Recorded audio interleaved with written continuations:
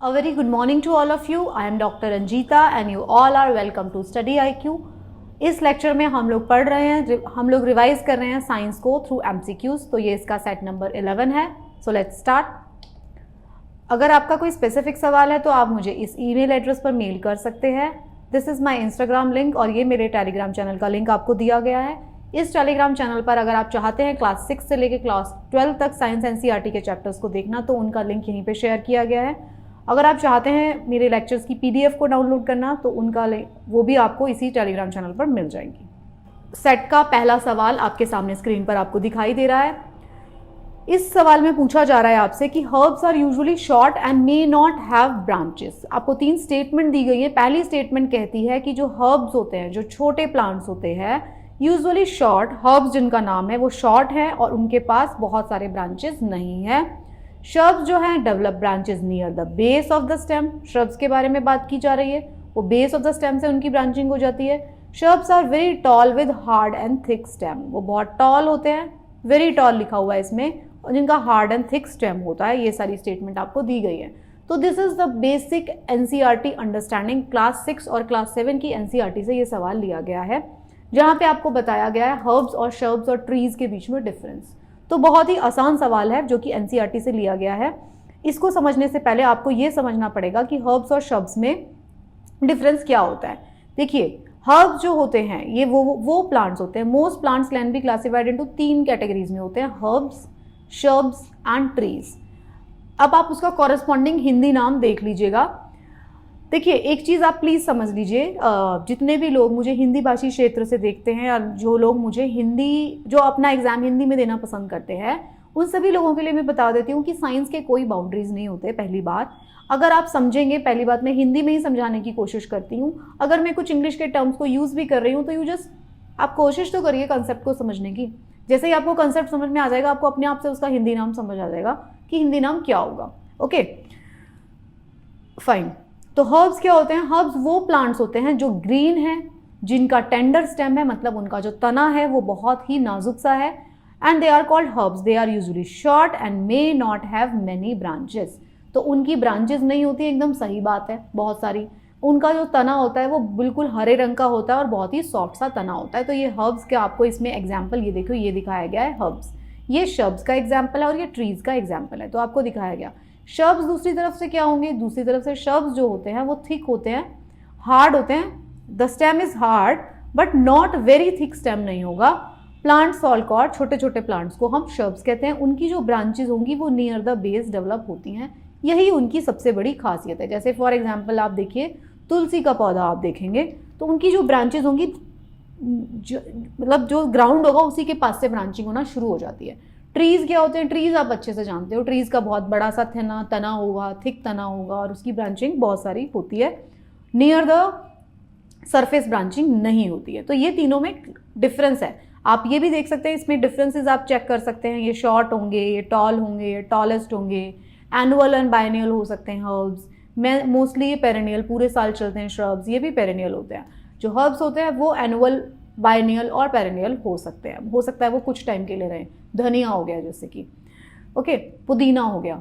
तो stems do not have branches, इनके अंदर बहुत सारी ब्रांचेस होंगी। तो ये जो है चार्ट में आप अच्छे तरीके से रीड कर लीजिए तीनों के बीच में क्या डिफरेंस होता है। सवाल के ऊपर आप देखिए, सवाल में आपसे पूछा गया था, पहला स्टेटमेंट था वो करेक्ट था। शॉर्ट होता है, मे नॉट हैव ब्रांचेस, एकदम correct. Shrubs have branches near the base of stem. Shrubs जो है वो डेवलप करते हैं branches base of the stem, एकदम correct. Shrubs have very tall. Very tall अगर दे दिया तो ये तो गलत ही हो गया, 3 नंबर तो एकदम गलत। तो जिस 3 में अगर आपको ये पता भी नहीं है तो आप देखिए ऑप्शंस देखिए, 3 जो है 1 3 2 3 1 2 3, तो 3 अगर गलत है तो ये तीनों तो अलग हो गए और 1 और 2 से भी आपका आंसर आ जाएगा। नेक्स्ट सवाल जो है ये CDS 2021 में पूछा गया सवाल है। इसमें पूछा गया था कि कौन से मेटल जो है जिसके पास मेलिएबिलिटी और डक्टिलिटी दोनों होता है, मेलिएबल भी है और डक्टाइल भी है। अब देखिए, CDS ने आपसे 2021 में ये सवाल पूछा है। उसने किसी भी मटेरियल का नाम नहीं दिया, किसी भी मेटल का नाम नहीं दिया, उसके सिंबल को यूज़ किया है। ये जो है सोडियम है, सोडियम, ये गोल्ड है, ये सेंशियम है और ये मरकरी है। तो इस तरीके से उसके सिंबल्स को यूज़ किया गया। इस सवाल को देख के आपको एक चीज़ तो समझ में आ जाती है कि आपको जो कॉमन मेटल्स है या कॉमन जो नॉन मेटल्स हैं उनके सिंबल को भी लर्न करना पड़ेगा। आपको कुछ कॉमन मेटल्स जो आपके डे टू डे यूज़ में आ रहे हैं या जिनको आप बार बार पढ़ रहे हैं किताबों में, उसके सिंबल्स को देख के आपको ये ज़रूर पता होना चाहिए कि कौन सा मेटल है। सवाल बहुत आसान था, जो दोनों बोथ मैलिएबल एंड डक्टाइल। अब मैलिएबिलिटी क्या होती है? मैलिएबिलिटी वो प्रॉपर्टी थी जिससे कि हम उसको शीट में बना सकते हैं, डक्टिलिटी जिससे कि हम उसको वायर में बना सकते हैं। देखो, malleability property can be hammered into thin sheet. तो पूछा गया था दोनों है, मैलिएबल भी है और डक्टाइल भी है। सोडियम, क्या सोडियम मैलिएबल डक्टाइल है? नहीं। गोल्ड, अगर आपको गोल्ड समझ में आ जाएगा तो झट से, बहुत सिंपल सवाल। डिफिकल्टी लेवल सिर्फ बढ़ाया गया था कि उस मेटल का नाम ना देके उसका सिंबल को यूज कर लिया गया था। अदरवाइज ये बहुत ज़्यादा आसान सवाल है। इसमें अगर आपको डक्टिलिटी, मैलिएबिलिटी का कंसेप्ट पता होना चाहिए और मेटल का नाम पता होना चाहिए। Very easy question directly from NCERT. तो मैलिएबिलिटी क्या होती है? जिसमें कि हम शीट्स में कन्वर्ट कर देते हैं। डक्टिलिटी होती है जिसमें कि हम वायर्स में बना सकते हैं, एल्यूमिनियम, कॉपर, गोल्ड। सोडियम क्या है? सोडियम सॉफ्ट होता है, light silver white metallic element है ये, लेकिन ये क्या करता है? रिएक्ट करता है explosively with water and is naturally abundant in combined form. तो क्या आप इसका शीट्स बना सकते हो सोडियम की? नहीं, ब्रिटल है। सीजियम जो है is a malleable, soft ductile iron grey metal है। ये सॉफ्ट है, ये उतना अच्छे से मेलिएबल नहीं हो पाएगा, लेकिन बोथ मेलिएबल और डक्टाइल होगा। उसके अंदर तो गोल्ड ही आएगा, राइट। मरकरी जो है वो लिक्विड फॉर्म में रहता है। ये जो होता है ऑक्सीडाइज हो जाता है सीजियम जो है, और ये सीजियम की कुछ प्रॉपर्टीज आपको दिखाए गए हैं। बट इसके केस में क्या था, आपको सिर्फ एक ही ऑप्शन को टिक करने के लिए दिया गया था, तो इसका आंसर जो है वो गोल्ड होगा, राइट। थर्ड सवाल जो आपको स्क्रीन पे दिखाई दे रहा है, इसमें भी आपको स्टेटमेंट दी गई है। आपको बताना है कि कौन सी स्टेटमेंट्स करेक्ट है। पहली स्टेटमेंट है, प्लांट्स विद वीक स्टेम है that can not stand upright.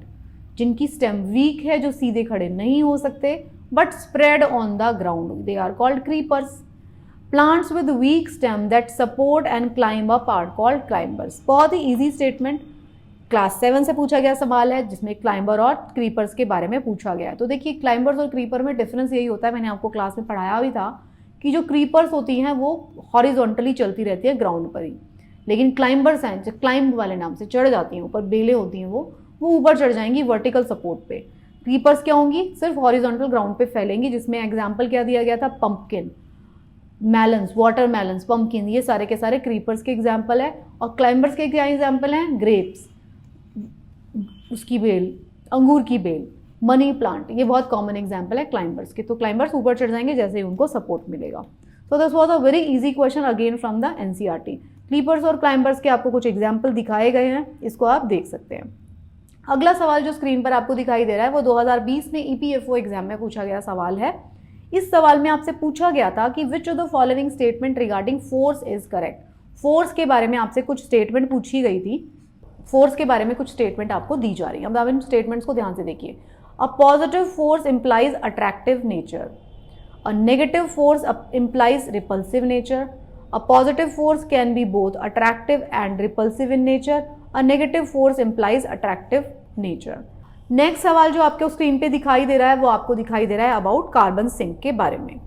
Which of the following is not a carbon sink. ये पूछा गया कि कौन इसके अंदर कार्बन सिंक नहीं है। पहले तो आपको ये समझ में आना चाहिए कार्बन सिंक होता क्या है। कार्बन सिंक वो होता है कोई भी ऐसी जगह जहाँ पे वो उसको कार्बन को एब्जॉर्ब कर लेती है, कोई भी ऐसी जगह, उसको हम कार्बन सिंक कहते हैं। उसके एग्जाम्पल में दिया गया था फॉरेस्ट, बिल्कुल है, एनिमल फार्म्स, सॉइल, ओशंस। इनमें से कौन कार्बन सिंक है? देखिए, अब आप बात करेंगे फॉरेस्ट कार्बन सिंक है, ये हम बच्चा जानता है। यहाँ वहाँ पे पेड़ लगे हुए हैं, पेड़ जो है वो कार्बन डाइऑक्साइड को एब्जॉर्ब कर लेते हैं और ऑक्सीजन हमको देते हैं, तो फॉरेस्ट तो कार्बन सिंक है। सॉइल कार्बन सिंक है, यस, सॉइल भी कार्बन सिंक है। ओशंस कार्बन सिंक है, यस, ओशन के अंदर भी कार्बन डिजॉल्व होती है, ये आपने पढ़ा होगा, तो ओशंस भी कार्बन सिंक है। अब बात करती है एनिमल फार्म की। एनिमल फार्म्स के ऊपर क्योंकि एनिमल्स रहते हैं और एनिमल के प्रोड्यूस होते हैं, तो ये जो है ये कार्बन प्रोड्यूसर्स का काम करते हैं, ना कि कार्बन सिंक का। तो इसका आंसर एनिमल फार्म है। इसमें आप देख सकते हैं, आपको यहाँ पे कार्बन सिंक का कंसेप्ट बताया जाएगा, जो कार्बन को स्टोर कर लेते हैं, remove it from the carbon cycle. Plants and ocean are the two larger carbon sinks, removing carbon dioxide from the atmosphere. तो कार्बन के सोर्सेज आप देखिए, यहाँ पे कार्बन के सोर्सेज दिए गए हैं, जिसमें आएगा volcano, organic decay, natural forest fires, fossil fuel, deforestation, water incineration, gas, livestock मतलब एनिमल्स जो होते हैं ब्रीथ कर करके प्रोड्यूस करते हैं कार्बन डाइऑक्साइड, और जो एनिमल प्रोड्यूसर्स होते हैं उनके डीकम्पोजिशन से अगेन फिर methane and carbon dioxide produce होती है। राइस फार्मिंग कार्बन प्रोड्यूस करती है, manure management, waste management, industrial manufacturing, ये सारे कार्बन प्रोड्यूस कर रहे हैं। और कार्बन कैप्चर कौन कर रहे हैं, सिंक कौन कर रहे हैं, carbon capture and storage method, industrial winning of atmospheric gases, precipitation, reforestation, vegetable by photosynthesis, oceans and lakes, ये सब के सब कार्बन सिंक का काम करते हैं। नेक्स्ट सवाल जो आपकी स्क्रीन पर आपको दिखाई दे रहा है यूपीपीसीएस 2021 में पूछा गया है। इसमें पूछा गया है with reference to radioactivity. अगर हम रेडियो एक्टिविटी की बात कर रहे हैं तो विच of the following statement is correct, radio activity के बारे में। तो radio activity is a nuclear property, ये पूछा गया। Hydrogen bomb is prepared on the principles of nuclear fission. Nuclear fission के प्रिंसिपल पे हाइड्रोजन बॉम्ब बनाया गया है, बनाया जा सकता है। और radio activity is a nuclear property. अब अगर आपको मेरी केमिस्ट्री क्लास याद है तो हमने न्यूक्लियर फ्यूजन फिजन के बारे में डिस्कस किया था। रेडियो एक्टिविटी जो प्रॉपर्टी होती है उसके बारे में भी हमने डिस्कस किया था। ओके, तो इसके अंदर जो है सिर्फ एक स्टेटमेंट करेक्ट है, रेडियो एक्टिविटी जो है वो न्यूक्लियर प्रॉपर्टी है। हाइड्रोजन बॉम्ब जो कि मैंने आपको बताया था कि सन के अंदर हाइड्रोजन से क्या बन रहा है, हाइड्रोजन प्लस हाइड्रोजन मिलके हीलियम बना रहे हैं, तो वो जो है क्या है, न्यूक्लियर फ्यूजन रिएक्शन है। तो हाइड्रोजन बॉम्ब अगर यूज करता है तो वो फ्यूजन रिएक्शन को यूज करता है, ना कि फिजन रिएक्शन को। फिजन रिएक्शन कौन सा बॉम्ब यूज करता है, यूरेनियम। जब यूरेनियम के टुकड़े टुकड़े हो जाते हैं तो पहला स्टेटमेंट तो डायरेक्टली गलत हो गया। फर्स्ट स्टेटमेंट के बारे में आपको पूछना था कि रेडियो एक्टिविटी एक न्यूक्लियर प्रॉपर्टी है। यस, रेडियो एक्टिव एलिमेंट्स जो हैं उसी को तो हम न्यूक्लियर फ्यूल की तरह यूज करते हैं। रेडियो एक्टिव डिके जिसको हम न्यूक्लियर डिके भी कहते हैं, ये रेडियो एक्टिव डिसइंटीग्रेशन इसको हम बोलते हैं। इसमें क्या होता है, the process by which N unstable atomic nucleus loses energy by radiation. जो स्टेबल नहीं होगा न्यूक्लियस वो रेडिएशन एमिट करता रहता है और अपनी एनर्जी को लूज करता रहता है। जो मटेरियल है जो कि एनर्जी लूज कर रहा है, स्टेबल नहीं है, उसे रेडियो एक्टिव मटेरियल कहा जाता है। तो ये रेडियो एक्टिविटी जो है वो एक न्यूक्लियर प्रॉपर्टी है, बिल्कुल है। There are 4 major type of radiation. कितने तरीके के रेडिएशन निकलते हैं, alpha, beta, neutron and electromagnetic waves such as gamma rays. Application क्या होती है, radiation is used in medicine में भी यूज होता है। हमने इलेक्ट्रोमैग्नेटिक स्पेक्ट्रम का यूज पढ़ा है ना, तो वहाँ पे भी यूज होता है। कार्बन डेटिंग में, इन सब चीज़ों में हमें रेडियो एक्टिविटी जो होती है उस मटेरियल की वो यूज़ करते हैं। तो यहाँ पे आप देखिए इसमें दिखाया गया है, ये न्यूक्लियस ऑफ द एटम है, इससे अल्फा रेज निकलती हैं वो 2 प्रोटॉन से बनी होती हैं। बीटा रेज निकलती हैं वो हाई एनर्जी इलेक्ट्रॉन्स हैं। गामा रेज जो निकलती हैं हाई एनर्जी इलेक्ट्रोमैग्नेटिक फोटॉन्स हैं। और ये सारा रेडियो एक्टिव डिके में ये सारी रेडिएशंस निकलती रहती हैं। हाइड्रोजन बॉम्ब जो बनता है, हाइड्रोजन बॉम्ब जो है थर्मोन्यूक्लियर बॉम्ब, ये फ्यूजन के ऊपर काम करता है। यही मैंने आपको बताया था, जिसके अंदर ड्यूटियम और ट्रिटियम मिलके हीलियम बना रहा है। ओके, और एक न्यूट्रॉन्स पेयर हो जाता है। तो ये जो बॉम्ब है, the bombs explosion produces a blast that can destroy structure with in a radius of several miles. तो बहुत ही खतरनाक होता है हाइड्रोजन बॉम्ब, क्योंकि उसकी अनकंट्रोल्ड एनर्जी निकल सकती है। ठीक है, एटॉमिक बॉम्ब जो है इसमें अलग अलग तरीके के एटॉमिक बॉम्ब्स दिखाए गए हैं। प्लूटोनिक डिवाइसेस यूज़ करते हैं और प्लूटोनियम यूज़ करते हैं और ये यूरेनियम यूज़ करते हैं। ये 2 तरीके के एटॉमिक बॉम्ब्स दिखाए गए हैं आपको। हाइड्रोजन बॉम्ब जो है वो हाइड्रोजन यूज़ करेगा, थर्मोन्यूक्लियर। और ये एक बूस्टेड फिजन दिखाया गया है जिसमें प्लूटोनियम और यूरेनियम जो है ये, इसमें आप सारा डिफरेंस पढ़ सकते हैं। नेक्स्ट जो सवाल है वो है हमारा जेली लाइक जो सब्सटेंसेस हैं surrounding the nucleus is called, in the cell is called, ये आपसे पूछा जा रहा है। जो जेली लाइक जो सब्सटेंस एक न्यूक्लियस को सराउंड करता है, ये सेल है, अगर इसका ये न्यूक्लियस है, यहाँ पे जो जेली लाइक सब्सटेंस भरा हुआ है उसको हम क्या कहते हैं, ये पूछा गया है। अगेन एनसीईआरटी का सबसे आसान सवाल, साइटोप्लाज्म से कहते हैं हम। ये आप देखिए सेल का स्ट्रक्चर, ये सेल के अंदर होगा एक न्यूक्लियस, ये न्यूक्लियस है। न्यूक्लियस के अंदर जेनेटिक मटेरियल होता है, न्यूक्लियस के अंदर एक न्यूक्लियोलस होता है, ये सारा का सारा साइटोप्लाज्म है। ये जो होती है हमारी प्लाज्मा मेम्ब्रेन होती है, उसके अंदर माइटोकॉन्ड्रियाज होंगे, गोल्गी अपरेटस होंगे, लाइसोजाइम्स होंगे, बहुत सारी चीज़ें, एंडोप्लाज्मिक रेटिकुलम उसके अंदर होगा। ये सेल के स्ट्रक्चर से सीधा सीधा सवाल था। सेल वाले स्ट्रक्चर वाले चैप्टर में हमने बात किया था कि कौन कौन से कंपोनेंट का क्या क्या फंक्शन होता है, इसके बारे में भी हमने डिटेल में बात किया था। नेक्स्ट सवाल जो हमारा इस सीरीज का नेक्स्ट सवाल है, इसमें आपसे पूछा जा रहा है कि विच of the following is not a function of chlorophyll. ये आपसे सवाल पूछा गया है और ये सवाल जो पूछा गया था यूपीएससी द्वारा असिस्टेंट कमांडेंट 2021 वाले एग्जाम में आपसे पूछा गया है।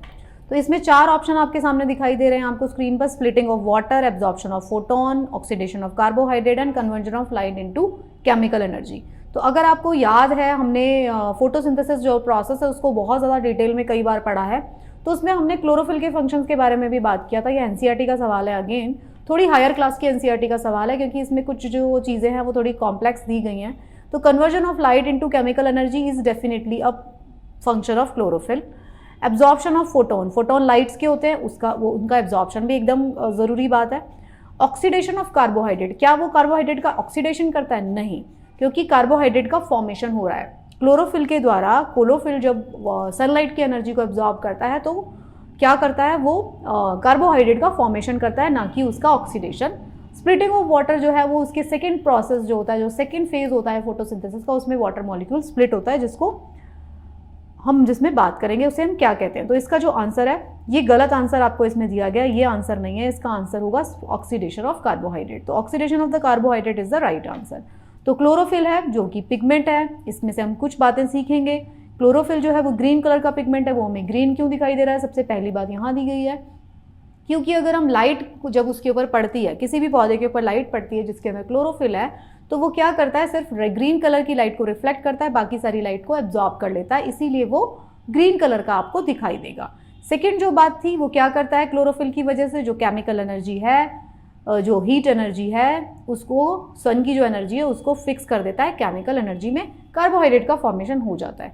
तीसरा काम क्या करता है, फोटोसिंथेसिस में हो रहा है, एनर्जी एब्जॉर्ब हो रही है, और वाटर और कार्बन डाइऑक्साइड जो है वो मिलके क्या बना रहे हैं, ऑक्सीजन और कार्बोहाइड्रेट का फॉर्मेशन हो रहा है। स्प्लिटिंग ऑफ जो वाटर है, स्प्लिटिंग ऑफ वाटर जो फिनोमिना है, ब्रेकिंग ऑफ वाटर, जिसको हमने कहा है जो फोटोलिसिस ऑफ वाटर जो हो रहा है, मतलब सन की एनर्जी की वजह से वाटर का जो ब्रेक डाउन हो रहा है, ये सेकेंड फेज में हमको देखने को मिलता है। ये क्लोरोप्लास्ट के अंदर हो रहा है।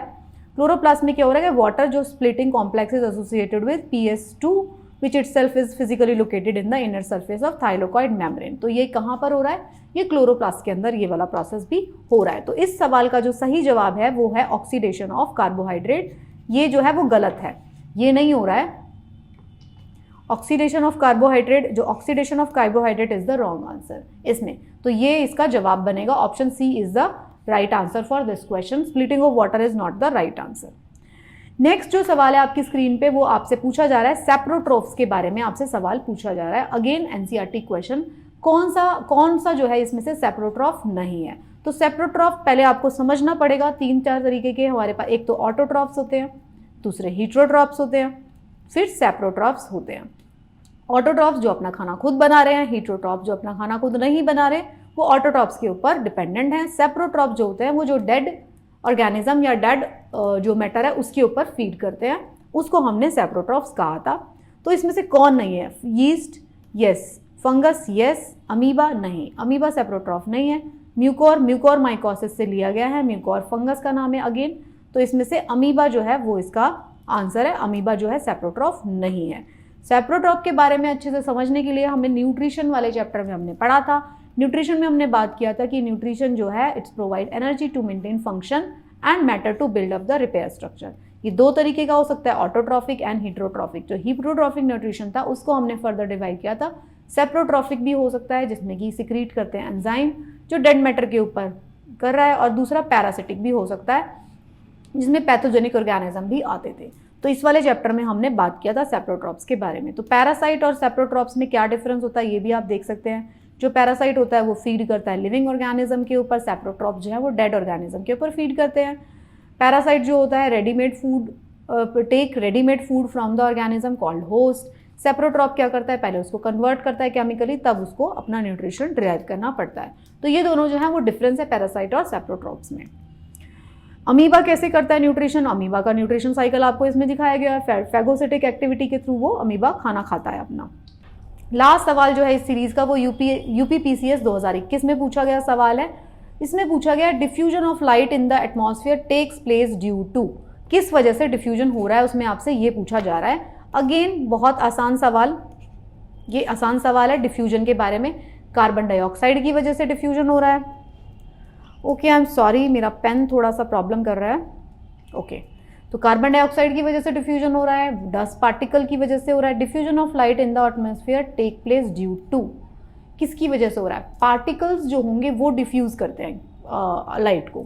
तो dust particle, helium, water vapour, carbon dioxide, किसकी वजह से? तो बहुत ही आसान सवाल है, डस्ट पार्टिकल की वजह से हम जानते हैं। तो डिफ्यूजन क्या फिनोमिना है? डिफ्यूजन होता है is the net fluctuation of anything from a region of higher concentration to a region of lower concentration. ये डिफ्यूजन था इन टर्म्स ऑफ केमिस्ट्री, ये उसके बारे में था। तो एग्जाम्पल ऑफ डिफ्यूजन में क्या था? Through heat conduction, diffusion of light in the atmosphere take place due to dust particle. ये डिफ्यूजन ऑफ लाइट के बारे में बात हो रही है। जैसे ही लाइट डस्ट पार्टिकल के ऊपर पड़ेगी तो वो डिफ्यूज हो जाती है। ये देखिए, सनलाइट आई, एटमॉस्फेयर में पार्टिकल थे, वो इधर इधर स्प्रेड कर गए, स्कैटरिंग हो गई लाइट की, तो इसको हमने कहा डिफ्यूजन। तो इस वाली जो diffusion of net fluctuation of anything, atoms, ions, energy from a region of higher concentration to a region of lower concentration, इस प्रोसेस को हमने डिफ्यूजन कहा। वो किसी और पार्टिकल्स का भी हो सकता है, वो लाइट का भी हो सकता है। तो ये इस सेट के कुछ सवाल थे, 10 सवाल थे, आपने देखे इसमें। आपको ये सवाल आई होप आपको पसंद आए होंगे और आपको इसमें से बहुत सारा लर्निंग हुआ होगा। मैं अपनी जो सीरीज़ है उसमें आपको कुछ लेटेस्ट जो क्वेश्चन जो प्रीवियस एग्जाम में पूछे गए हैं वो इंक्लूड कर रही हूँ। कुछ एग्जाम जो क्वेश्चंस हैं वो जो हमने फॉर्म किए हैं वो इसमें इंक्लूडेड है। सो ये कॉम्बिनेशन है दोनों का, ताकि आपको ये भी समझ में आता रहे कि किस तरीके के सवाल पूछे जा रहे हैं, आपको ये भी समझ में आता रहे किस तरीके से आपको पढ़ना है, ताकि आप उस तरीके के सवालों को सॉल्व कर पाएँ। So thank you so much, पढ़ते रहिए and best of luck for your preparation.